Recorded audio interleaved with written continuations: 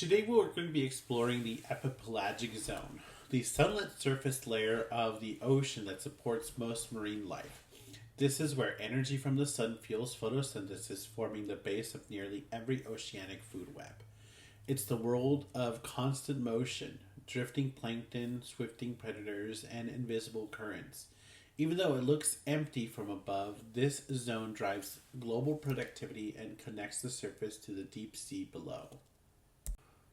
The pelagic realm includes all open water from the open ocean floor. Within it, the epipelagic zone stretches from the surface to about 200 meters deep, where light still penetrates. We divide it into the neric zone over the continental shelf and the oceanic zone extending beyond it into the open ocean. Together they form the largest habitat on Earth, a vast borderless space that connects continents and drives global climate and nutrient cycling. The epipelagic is the warmest and brightest part of the ocean, often called the photic zone, because sunlight reaches it. Yet light can still be limited in high latitudes during winter or even at night. This is where primary production occurs. Microscopic algae and cyanobacteria convert sunlight into chemical energy. These producers feed zooplankton, small fish, and eventually the large marine animals that rely on the constant flow of energy. Despite its beauty, life near the surface comes with serious challenges. There's no solid ground for attachment, no sediment to hide in, and almost nowhere to shelter from predators. Every encounter happens in full view. Both predators and prey must depend on speed, transparency, coloration, and keen sense of survival. It's a place of incredible energy transfer and constant struggle for balance. The true stars of this realm are the plankton, organisms that drift in the currents. They're mostly microscopic, yet they drive the productivity of the entire ocean. Plankton are classified by size, by feeding type, and how long they spend drifting. Haloplankton remain planktonic their entire lives, whereas meroplankton are temporary drifters, often in their larval stages of larger animals. These communities form the foundation that sustains all higher marine life. We can classify plankton by how long they've lived in the drifting lifestyle. Haloplankton spend their entire lives as plankton, where, like copepods and many diatoms. Meroplankton, on the other hand, are only temporary drifters. These include larvae of fish, mollusks, crustaceans, and many others. Once they grow, they often join the nekton or settle on the seafloor as benthic organisms. This distinction is key because the planktonic stage is critical for dispersal and survival of the ocean. We can also classify plankton by their ecological role. Phytoplankton are autotrophs. They make their own food through photosynthesis and form the foundation of the marine food web. Zooplankton are heterotrophs. They feed on phytoplankton or each other. Think of phytoplankton as the ocean's plants and zooplankton as the ocean's grazers. Every fish, whale, and seabird depend on these sea ultimately trace its energy back to these microscopic producers. Let's start with diatoms. They're among the most important primary producers in the ocean, thriving especially in cold, nutrient-rich waters. Diatoms have glass-like shells made up of silica, forming intricate patterns visible under the microscope. They can exist as single cells or in chains called colonies. When they die, their shells sink, contributing to silica's ooze on the sea floor, one of the major ways carbon gets locked away in the sediment. Dinoflagellates are another major group of phytoplankton, each species with its own unique shape supported by cellulose plates. They use two flagella to spin through the waters, giving them the name dino, meaning whirling. Some species glow in the dark, producing bioluminescence that lights up the ocean at night. Others can be harmful, like those that cause red tides or the toxic Pfisteria blooms. They thrive in warm, nutrient-rich waters that can multiply rapidly. Cyanobacteria, sometimes called blue-green algae, are actually photosynthetic bacteria.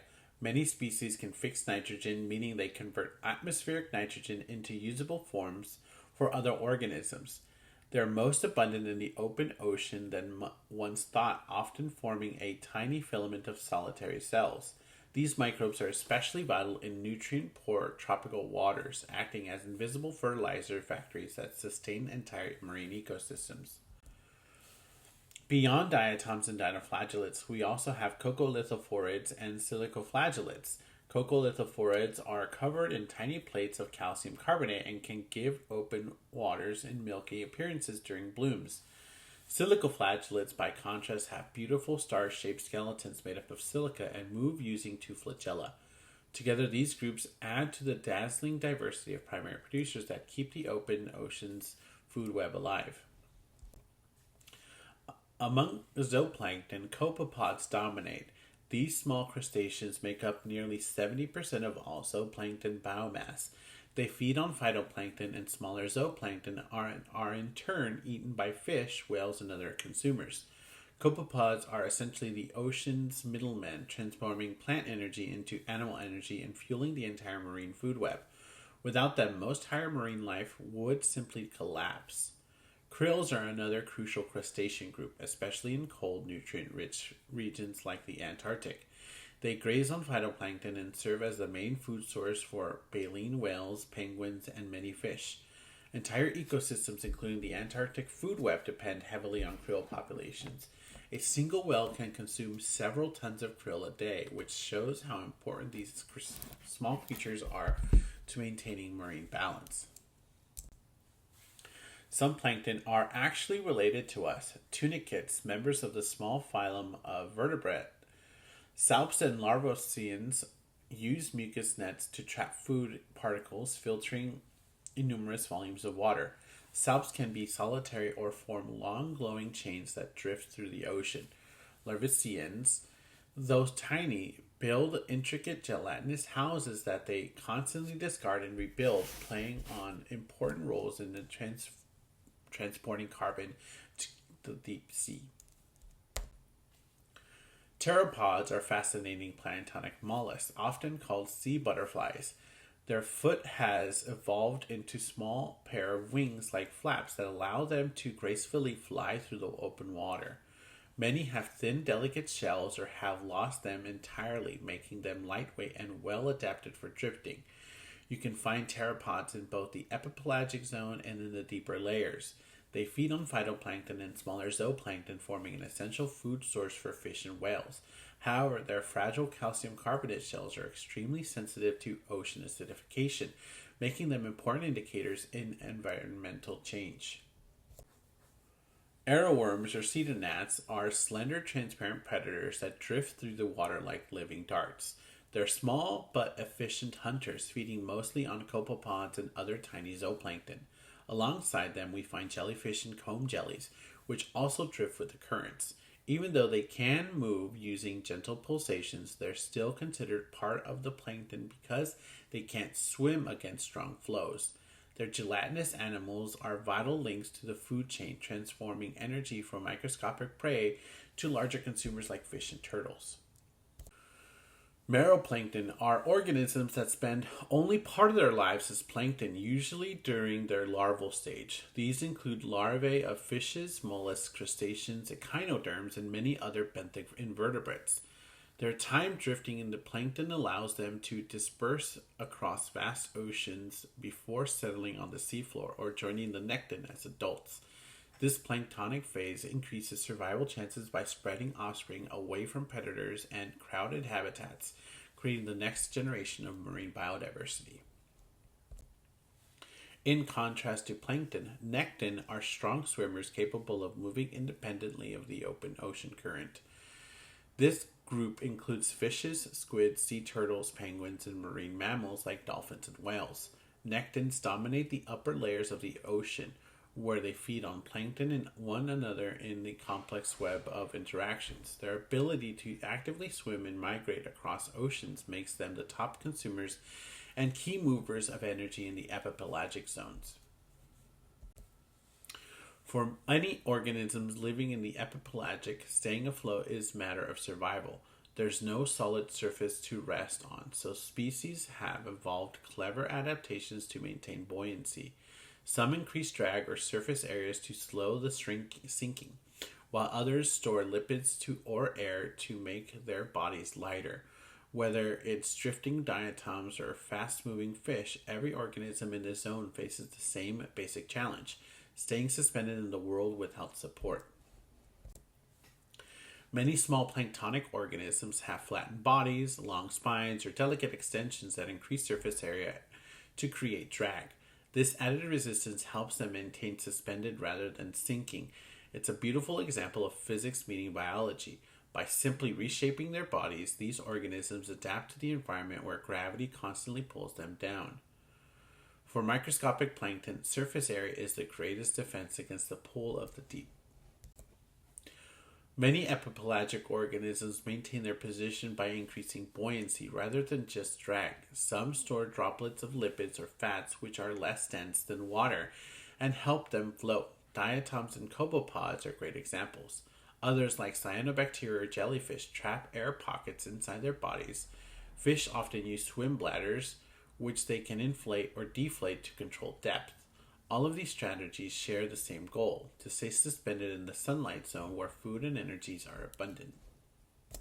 Certain organisms take floating to an art form. We call them Neuston when they drift just beneath the surface, and Pleuston when part of their bodies float above it.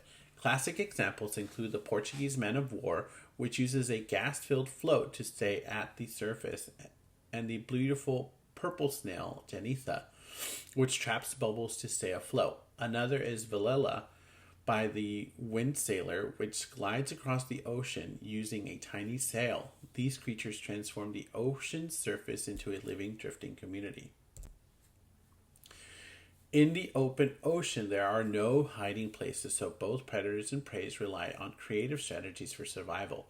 Some species, like tuna and dolphins, depend on speed and agility to capture food.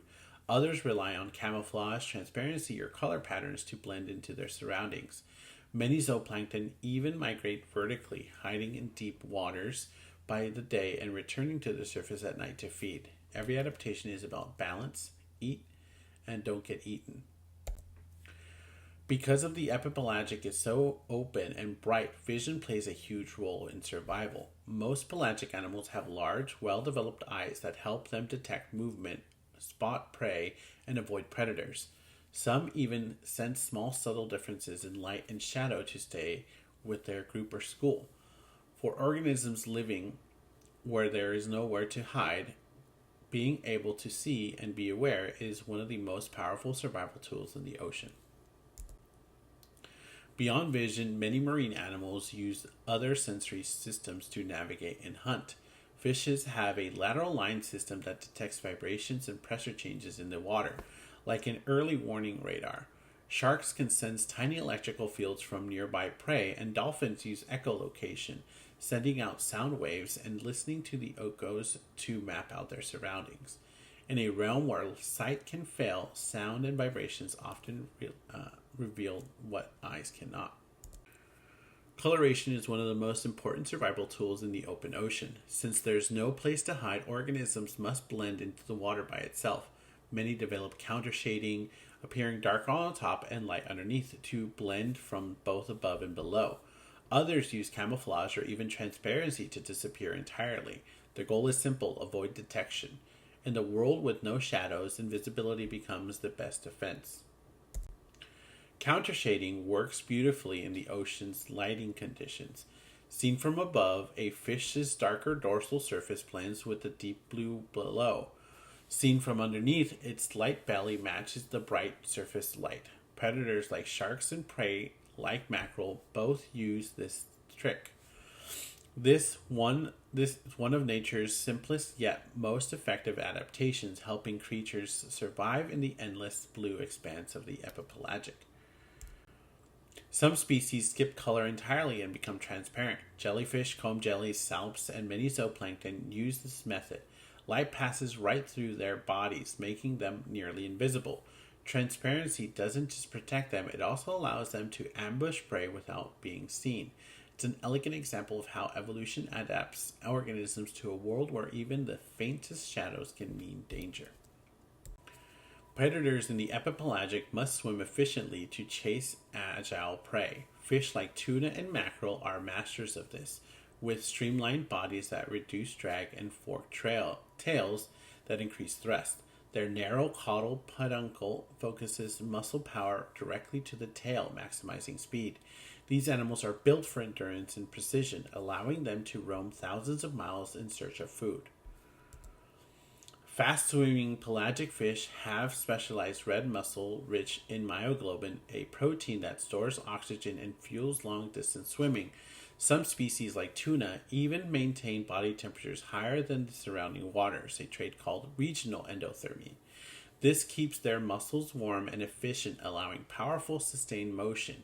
Heat produced by muscle activity is conserved through the countercurrent system called a mirabile, meaning wonderful net. One of the most dramatic daily movements in the ocean is the vertical migration of zooplankton. During the day, they descend to darker, deeper waters to hide from predators. At night, they rise back to the surface to feed on phytoplankton. This pattern, called diel vertical migration, is the largest synchronized movement of biomass on the planet. Though it offers protection, it comes at a cost. Migrating long distances each day requires a lot of energy. The food webs here are incredibly complex. Few animals feed on the same prey without life. A larval fish might eat phytoplankton when young, but switch to zooplankton or small fish as it matures. Each link transfers energy upwards through the web, but also connects downward as waste and dead matter sinks, feeding the deep ocean. This constant cycling of nutrients and energy ties all marine communities together. Despite the abundant sunlight, life in the epipelagic can be limited by lack of nutrients. The most criticals are nitrates and phosphates, essential for photosynthesis and growth. In many surface waters, these nutrients get used up quickly, leaving phytoplankton starving until deep, nutrient-rich waters resurfaces. The availability of these nutrients largely determines which region of the ocean teems with life and which becomes marine deserts. Light is another limiting factor. Even in clear ocean water, sunlight can't penetrate beyond about 200 meters. A high latitude, long winter nights, or cloudy waters can dramatically reduce photosynthesis. Seasonal cycles of light leads to blooms and bust patterns of plankton growth. Massive blooms in spring followed by declines in the winter. This rhythm of light and darkness gives the timing of life across the surface. Even the tiniest organisms, bacteria, viruses, and microscopic decomposers, plays a vital role in cycling nutrients. This process is called microbial loop. These microbes break down dissolved organic matter from waste and dead cells, releasing nutrients that can be reused by phytoplankton. Without this invisible recycling network, much of the ocean's energies would be locked away, unavailable to fuel new life. The microbial loop quietly keeps the epipelagic alive and balanced. Now let's talk about one of the most important processes that fuels surface productivity, upwelling. Upwelling happens when winds and currents brings deep, cold, nutrient-rich waters to the surface. This nutrient infusion acts natural fertilizers for phytoplankton, triggering blooms that support entire ecosystems. These regions become hotspots for life, from tiny phytoplankton to massive fish populations. Essentially, upwelling breathes new energy into the ocean's surface food webs. Coastal upwelling occurs when winds blow parallel to the shore, pushing surface waters away. The Coriolis effect then deflects these waters, allowing deeper, nutrient-rich waters to rise and replace them. This process happens along the coasts of California, Peru, and Northwest Africa, creating some of the most productive fisheries. If you've ever seen fog along California's coast in the summer, that's often cool upwelling water influencing air above it. At the equator, trade winds blows in opposite directions on either side, pulling surface waters away from the center. The Coriolis effect deflects this water northward and in the southern hemisphere, and southwards in the northern hemisphere. As a result, deep water wells up to replace what's moved away. This equatorial upwelling supplies nutrients to support massive phytoplankton growth and rich food webs, especially in the eastern Pacific and Atlantic Oceans. Every few years, normal upwelling patterns weakens in the Pacific, leading to El Nino conditions. When this happens, warm water builds along South America's coast and nutrient upwelling slows dramatically. Phytoplankton production drops, which ripples through the entire food web. Fish catch fails, seabirds starve, and ecosystem shifts. This event isn't just local, it affects weather patterns worldwide, from droughts to flood. El Nino southern oscillations remind us how deeply oceans and atmospheres are connected. The ENSO cycle includes both El Nino and its cooler counterpart La Nina. While El Nino brings warmer waters and reduced productivity, La Nina strengthens upwelling and can cause unusual cold conditions in the eastern Pacific. These oscillations influence rainfall, hurricanes, and even agriculture on land. Scientists study ENSO closely because it shows how a small change in ocean's temperatures can reshape the planet's climate system.